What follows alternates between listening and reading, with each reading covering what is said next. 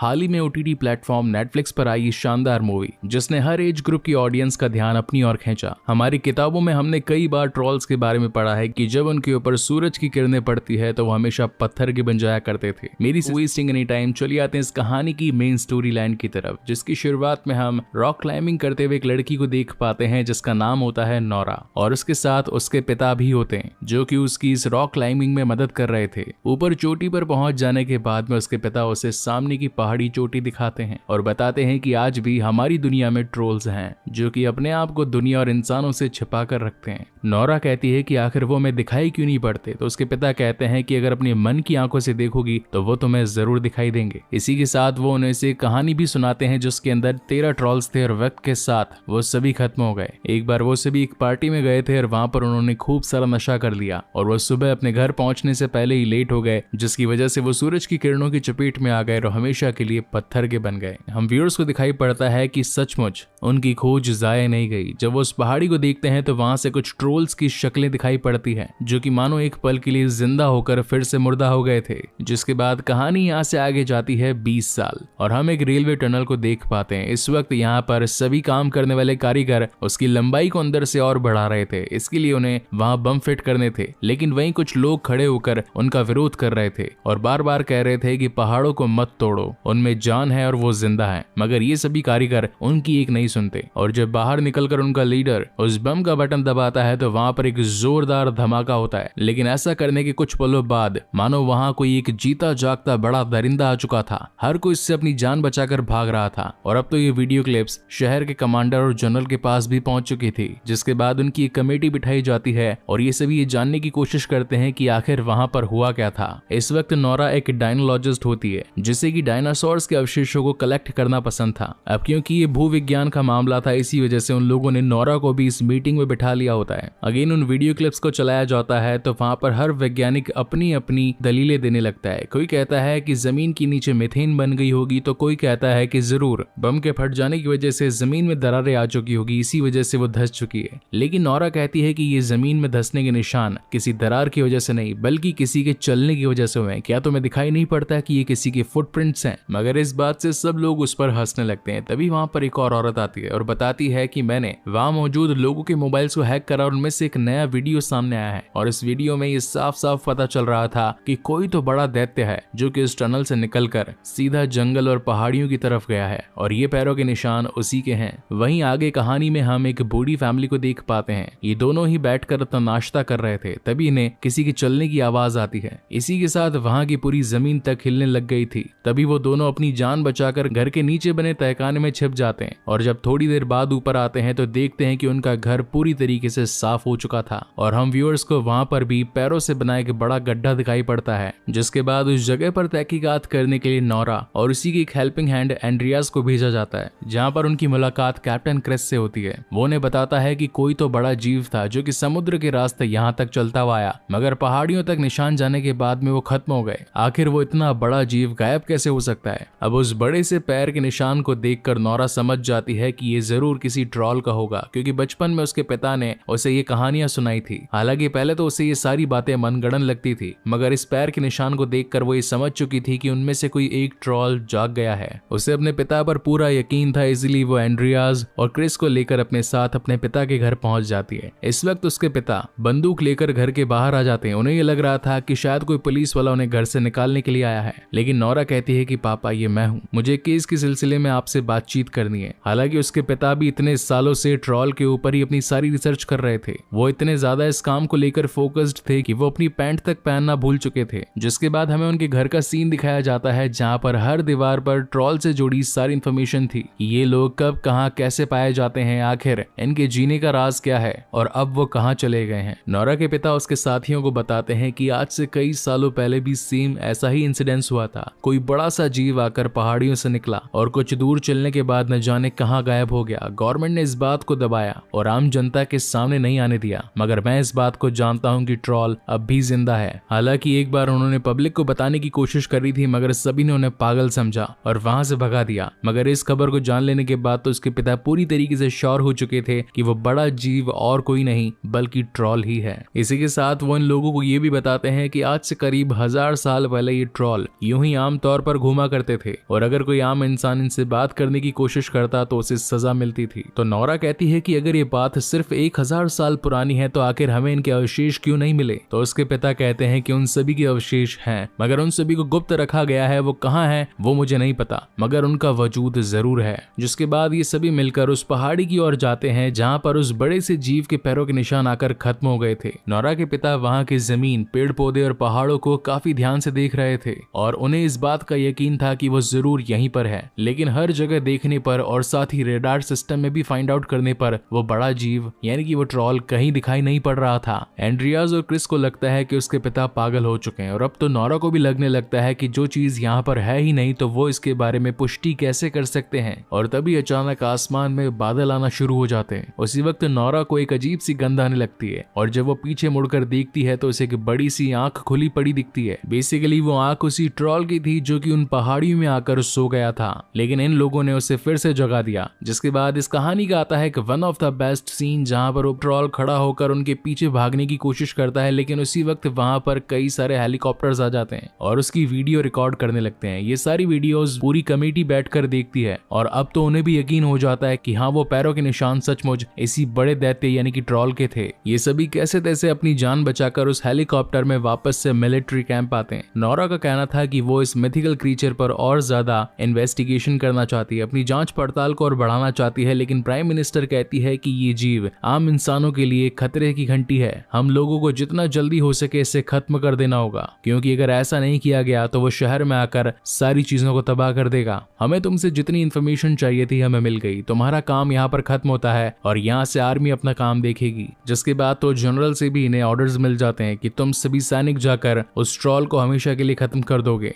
मगर इस मिशन पर नोरा, एंड्रियाज और उसके पिता भी आना चाहते थे। क्रिस उन्हें काफी बार मना करता है, लेकिन नोरा कहती है कि मैं जरूर कोई ना कोई तो जुगाड़ निकाल लूंगी ताकि इस बड़े से दैत्य का नुकसान भी ना हो और हमारे ऊपर कोई खतरा भी ना मंडराए। उसकी बातों को मानकर क्रिस उन्हें अपने साथ आने के लिए कह देता है। जिसके बाद हम पूरी आर्मी को देख पाते हैं जो कि इस वक्त घात लगाकर बैठी थी उस ट्रॉल को खत्म करने के लिए। उन सभी के पास में नाइट विजन कैमरास भी थे जिसमें वो दूर से आते हुए ट्रॉल को देख लेते हैं और अब तो कमांडर भी उन्हें परमिशन दे देता है हमला करने की। जिसके बाद वो पूरी आर्मी उसके ऊपर धड़ाधड़ फायरिंग करना स्टार्ट कर देती है। इसी के साथ बड़े वाले बम गोले भी उस पर छोड़े जाते हैं। अब तो ट्रॉल को भी इनके ऊपर गुस्सा आ चुका था, इसी वजह से उसके हाथ भी जो लगता है वो उसे उठाकर खाने लगता है। इसी के साथ वो वहां मौजूद बड़े बड़े टैंक्स को भी तबाह कर देता है। हर किसी को लगने लगता है कि ये हमारे बस की बात नहीं, क्योंकि हमारे गोले बारूद तो इस पर कुछ असर ही नहीं कर रहे हैं। उस ट्रॉल की त्वचा इतनी मजबूत थी कि उनकी गोलियों का उस पर असर ही नहीं हो रहा था और फाइनली हर आर्मी का सैनिक वहां से भागने लगता है। लेकिन तभी उस ट्रॉल को शांत करने के लिए नोरा के पिता उसके सामने आ जाते हैं और उससे बात करने की कोशिश करते हैं, उससे कम्युनिकेशन बिठाते हैं। ट्रॉल को भी लगने लगता है कि हाँ ये इंसान सचमुच बात करना चाहता है। मगर इतने में ही आर्मी की पीछे से एक बंदूक की गोली आकर उसे लगती है और उन गोलियों से बचने के लिए जब वो अपना हाथ और पैर चलाता है तो गलती से उसके पिता पर वो पैर लग जाता है और वो बुरी तरीके से घायल हो जाते हैं। नोरा अपने पिता को बचाने के लिए उनके पास जाती है। वो उनकी जान बचाने की कोशिश भी करती है, लेकिन वो इतने ज्यादा घायल हो चुके थे कि वो कुछ चंद शब्द कहकर मर जाते हैं, जिनमें शामिल था रॉयल पैलेस और घर। नोरा अपने दिमाग पर काफी जोर डालती है मगर उसे इनकी बातें समझ नहीं आती। जिसके बाद सीन शिफ्ट होता है मिलिट्री कैंप में। यहाँ हम नोरा को देख पाते हैं जो कि अपने बचपन की फोटोज देख रही थी। पहले उसने अपनी माँ को खो दिया और अब अपने पिता को। अब इस दुनिया में उसका और कोई भी नहीं था।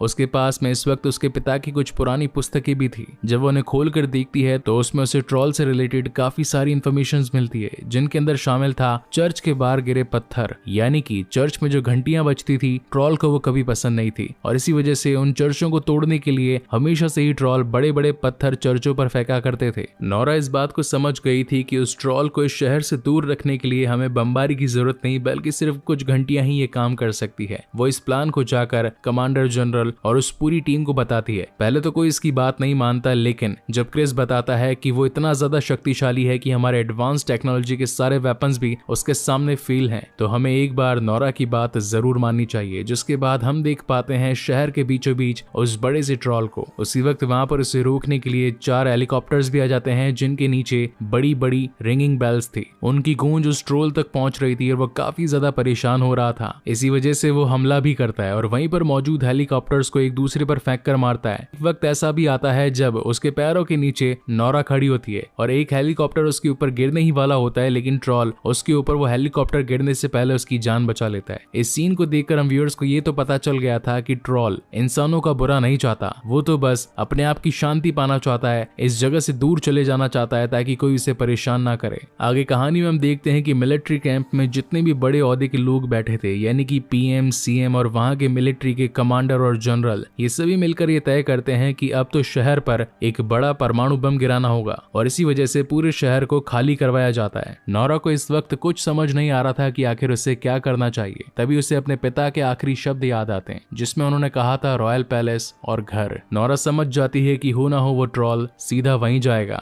इसीलिए वो अपने साथी एंड्रियास के साथ किंग पैलेस पहुंच जाती है जहां पर उसे किंग का चीफ मिनिस्टर मिलता है। वो बताती है कि हो सकता है ट्रॉल यहाँ पर हमला करे, इसलिए आपको जितना जल्दी हो सके इस पैलेस को खाली करना होगा। तभी वो शख्स उन्हें बताने लगता है कि मैं तो इस बात को पहले से ही जानता था। तो नोरा हड़बड़ा जाती है और वो पूछती है कि आखिर आप उसके बारे में क्या क्या जानते हैं, जिस पर वो शख्स बताता है कि आज से हजारों सालों पहले ये कहा जाता था कि अगर किसी राजा के किंगडम के ऊपर अगर दूसरा राजा अपना घर बनाए तो वो काफी ज्यादा शुभ माना जाता था, यानी कि ट्रॉल पहाड़ियों का राजा था। और आज से 1000 साल पहले के किंग जिन्होंने उसके और उसके परिवार के मर जाने के बाद में पहाड़ी पर अपना कैसल बना दिया, यही रीजन था कि वो आज तक काफी ज्यादा फले फूले। और इसी के साथ वो शख्स उन्हें उस ट्रॉल के परिवार के सभी अवशेषों को भी दिखाता है। ये सब कुछ देखकर नोरा हैरान हो जाती है और उसे याद आती है अपनी 1000 साल पुरानी एवोल्यूशन वाली बातें। वो बाकी के अवशेष इन्हें आज तक इसीलिए नहीं मिले थे क्योंकि पुराने राजा ने उन सभी को यहाँ दफना दिया था। इसी के साथ वो उन्हें ये भी बताता है कि काफी समय पहले एक ट्रॉल के बच्चे को यूं ही जंगलों में छोड़ दिया गया था और हो सकता है कि वही अब बड़ा होकर इस जगह का विनाश करने के लिए आया है। नोरा इस बात को समझ जाती है कि रॉयल पैलेस के लोगों ने इन सारी बातों को छुपाया कि ट्रॉल नामक भी कोई बड़े दैत्य होते हैं, क्योंकि उन्हें तो सिर्फ अपना राज दरबार ही दिख रहा था। उसके हाथ में एक यूवी लाइट होती है, यानी कि अल्ट्रा वायलेट किरणों वाली लाइट। जब गलती से वो लाइट एक स्केलेटन पर पड़ती है तो वो धीरे धीरे पत्थर का बनने लगता है। तो नोरा को ये बात समझ आ जाती है कि सिर्फ सूरज की किरणें ही ट्रॉल को पत्थर में बदल सकती थी और यूवी लाइट भी वही काम करती है। तो अगर बड़ी मात्रा में यूवी लाइट का इस्तेमाल किया जाए तो उस ट्रॉल को रोका जा सकता है। जिसके बाद वो चीफ मिनिस्टर से एक बड़ी सी गाड़ी की डिमांड करती है और उन्हीं कंकाल के अवशेषों में से एक कंकाल की खोपड़ी अपने साथ ले जाती है और दूसरी ओर कैप्टन क्रिस को कॉल कर देती है और ये कहती है कि जितनी ज्यादा यूवी लाइट्स हो सके एक बड़े से प्लेग्राउंड में लेकर आओ, मैं उस ट्रॉल को सीधा वहां पर लेकर आती हूँ। और उसके बाद आता है इस कहानी का एक one of the best scene जहां पर नोरा और एंड्रियास उस बड़ी सी खोपड़ी को लेकर अपनी कार में भाग रहे होते हैं और वहीं ट्रॉल उनका पीछा करता है। लेकिन सड़कें इतनी ज्यादा घुमावदार थी कि उनकी रस्सी टूट जाती है और वो स्केलेटन वाली खोपड़ी रोड पर ही गिर जाती है। जहां ट्रॉल आकर उसे उठाता है और देखता है तो उसे पता चलता है कि उसके परिवार को इन इंसानों ने ही खत्म किया और अब तो उसका गुस्सा और ज्यादा बढ़ चुका था।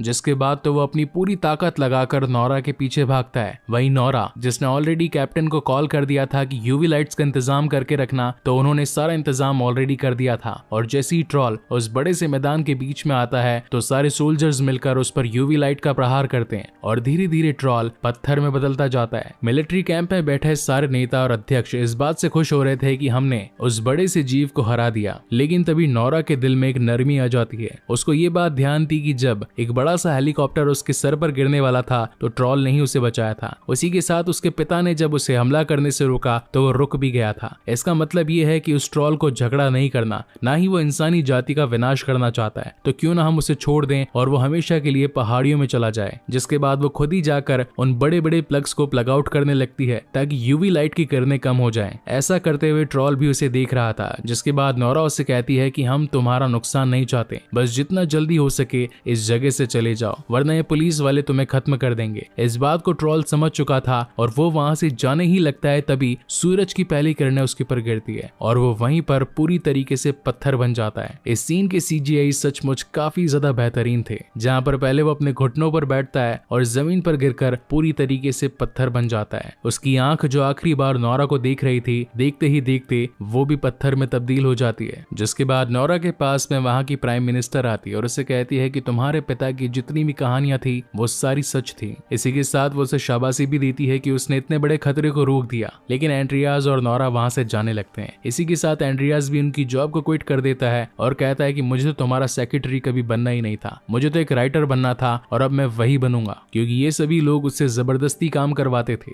वहीं एंड्रियास को भी लग रहा था कि उसका टैलेंट वेस्ट हो रहा है, जिसके बाद वो नोरा के साथ अपनी नई जिंदगी शुरू करना चाहता था। वो उससे पूछता है कि क्या ऐसे और भी ट्रॉल्स हैं। तभी नोरा को अपने पिता की वो बात याद आती है जिसमें उन्होंने 13 ट्रॉल्स की कहानी बताई थी। और इसी तगड़े सस्पेंस के साथ ये शानदार कहानी यहीं पर खत्म होती है। सो गाइस, आपको ये वीडियो कैसा लगा प्लीज मुझे लाइक और कमेंट करके जरूर बताइएगा। और अगर पहली बार इस चैनल पर आए हैं तो इसे सब्सक्राइब जरूर कीजिएगा, क्योंकि ऐसे ही बेहतरीन मूवीज मैं आप लोगों के लिए लाता रहता हूँ। सो तब तक के लिए keep watching and stay safe. मिलते हैं अगले वीडियो में।